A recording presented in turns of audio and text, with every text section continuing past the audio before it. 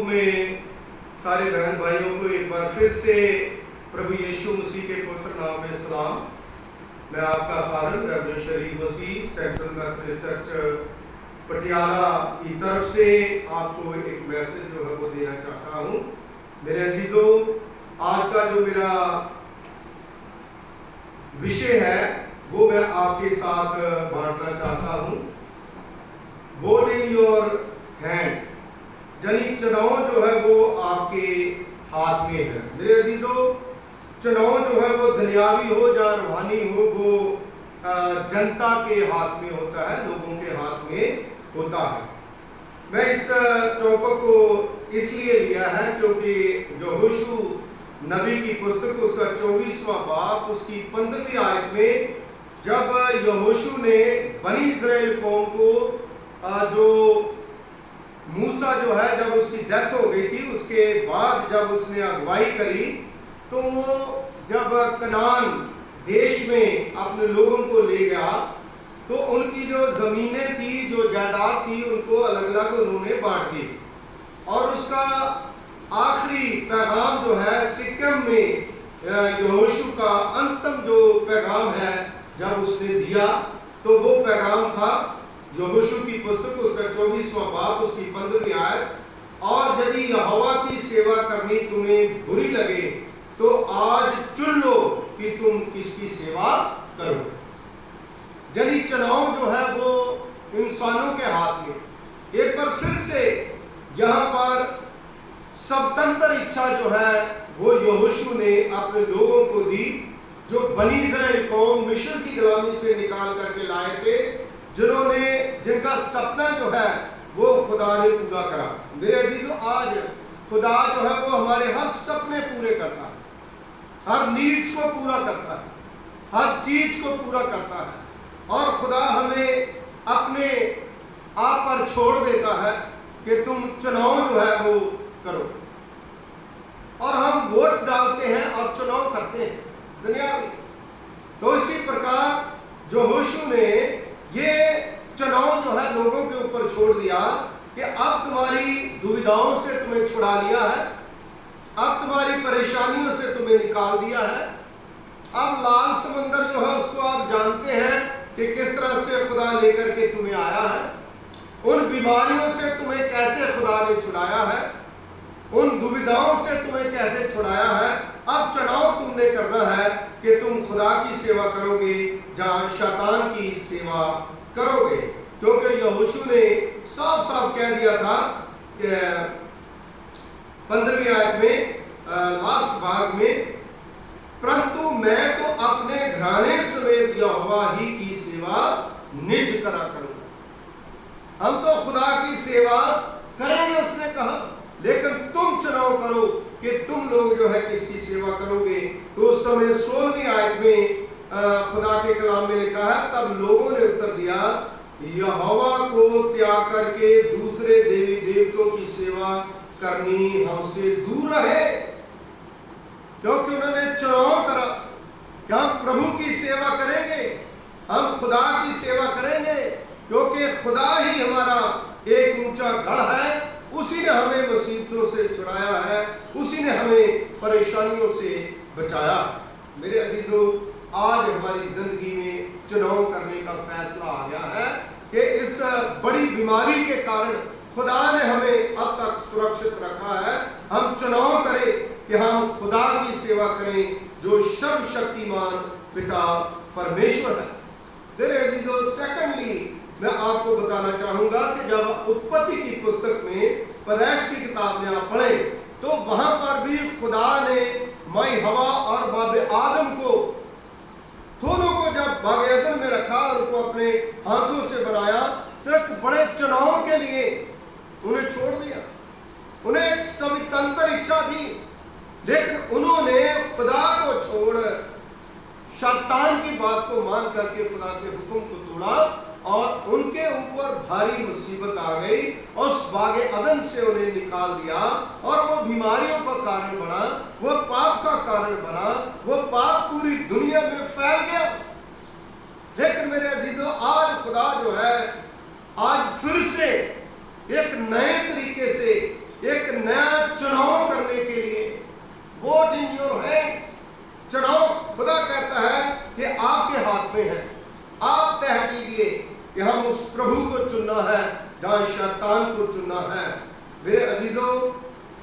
तीसरी बात जो है वो मैं आपको बताऊंगा। उत्पत्ति की पुस्तक उसका 13वां अध्याय उसकी 10वीं आयत में, और जब प्रभु के वचन में हम पढ़ते हैं इब्राहिम और लूत, चाचा भतीजा, और दोनों जब उनके जो चरवाहे थे वो आपस में लड़ते थे, झगड़ा करते थे, तो उस समय उन्होंने एक बहुत बड़ा चुनाव के लिए इब्राहिम ने कहा कि भाई तू चुन ले कि तुम क्या चुनना चाहता है। मेरे अजीजों, लूत जो है आप लोग जानते हैं कि उसने, इब्राहिम ने जब उसे चांस दिया तो लूत ने क्या चुना? लूत ने जो कनान की जो धरती है वहां पर प्रभु के वचन में लिखा है कि उन्होंने जो हरी हरी चराई थी, जो बड़ा देखने को अच्छा लगता था, उसको चुना। और वो क्या था? वो सदूम और अमूरा की, और सदूम और अमूरा की जो धरती है उसने चुनी। यानी गलत चुनाव उसने करा, गलत लोगों की संगति चुनी, गलत लोगों की लीडरशिप चुनी, गलत लोगों का चुनाव करा, गलत जगह को चुना। और मेरे अजीजों, वहां के लोग जो है वो बुराई से भरे हुए थे, और एक गलत चुनाव की वजह से आग और गंधक जो है वहां पर बरसी। उनकी फैमिली, उनके परिवार के ऊपर बड़ी मुसीबतें, बड़ी परेशानियां वहां पर आई। मेरे अजीजों, उत्पत्ति की पुस्तक उसका 13वां बाब उसकी 10वीं आयत जब पढ़ते हैं तो प्रभु के वचन लिखा, तब लूत ने आंख उठा करके जर्दन नदी के पास वाली सारी तराई को देखा कि वह सब सिंची हुई है। तब जब यहोवा ने सदूम और अमोरा को नष्ट ना किया था, जब वो नष्ट नहीं हुआ था, तो उस समय बड़ी हरियाली थी। आज भी जो बुरी चीज है, जो बुरी संगति है, वो हमें बड़ी अच्छी लगती है, हरियाली बड़ी अच्छी लगती है, यहाँ बहुत कुछ है, लेकिन आखिर में वो बर्बादी के कगार पर चली जाती है। तो उसलिए मेरे बहनों, मेरे अजीजों, उन्होंने एक गलत चुनाव की वजह से अपना जीवन जो है उसको तबाह कर दिया, अपने आप को बर्बाद कर लिया। उस बुरी संगति में, बुरी जगह में, बुरी लोगों में वो चले गए और उन्होंने परमेश्वर की वो आशीष को, परमेश्वर की बरकत को खो दिया। और चौथी बात जो है मैं आपको बताऊंगा कि जब प्रभु यीशु मसीह को पकड़कर ले गए, पिलातूस के सामने रखा, और लोगों ने गलत चुनाव करा, और पिलातूस की जो वाइफ है उसकी पत्नी ने कहा कि ये तो निर्दोष है, इसके पास तो कोई गुनाह नहीं है, इसलिए आप अपने हाथ धो लीजिए। तो मेरे अजीजों, जब लोगों को पूछा गया तो उस समय का ट्रेडिशन था कि जब किसी को मौत की सजा दी जाती है तो एक जन को छोड़ना होता था। तो लोगों ने, उन शास्त्रियों ने, उन बड़े बड़े फरीसियों ने, उन्होंने चुनाव क्या करा? उन्होंने चुनाव करा कि एक बरअब्बा जो डाकू है उसको उन्होंने चुन लिया, और प्रभु यीशु मसीह को कहा इसको सलीब के ऊपर चढ़ाओ। मेरे जीजों, आज भी बहुत से लोग हैं जो गलत चुनाव की वजह से अपनी जिंदगी तबाह कर रहे हैं, अपनी जिंदगी बर्बाद कर रहे हैं। आज प्रभु यीशु मसीह को चुने। खुदावंद यीशु मसीह आपको आशीष देने के लिए खड़ा है, आपके हाथ में है। वोट इन योर है, आपके हाथ में है कि आप किसको चुनते हैं। मेरे अजीजों, देखिए, मैंने पहली चीज बताई कि यहोशू के द्वारा लोगों को चुनाव के लिए सीधा सीधा कहा गया। उसके बाद आदम और हवा को हमने देखा कि उनको भी सीधा सीधा कहा गया, उन्होंने गलत चुनाव करा। और फिर हमने ये देखा कि लूत जो है उसने गलत चुनाव करा और उसका क्या हाल हुआ। और उसके बाद यीशु मसीह जो है, जब उसके बारे में हमने देखा तो गलत चुनाव जो है लोगों ने करा, बरअब्बा को चुना, लेकिन प्रभु यीशु मसीह को सलीब के ऊपर चढ़ा दिया।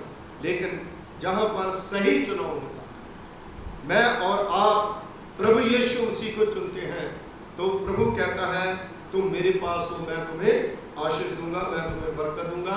मैं तुम्हें सारी बीमारियों से, मैं तुम्हें सारी दिक्कतों से छुड़ाऊं। आज भी खुदा के खादम लोग, प्रभु के जो विश्वासी लोग हैं, उनके अगेंस्ट में लोग गाली देते हैं, वो बहुत बुरी बुरी बातें कहते हैं। लेकिन मत्ती के इंजील उसके 5वें अध्याय में जो प्रभु के वचन में लिखा है कि लोग तुम्हें बुरा भला कहें, गंदी बातें बोले, तू आनंद और खुश हो, क्योंकि तेरा फल जो है स्वर्ग में बहुत है। इसलिए हमें डरने की, हताश होने की जरूरत नहीं है।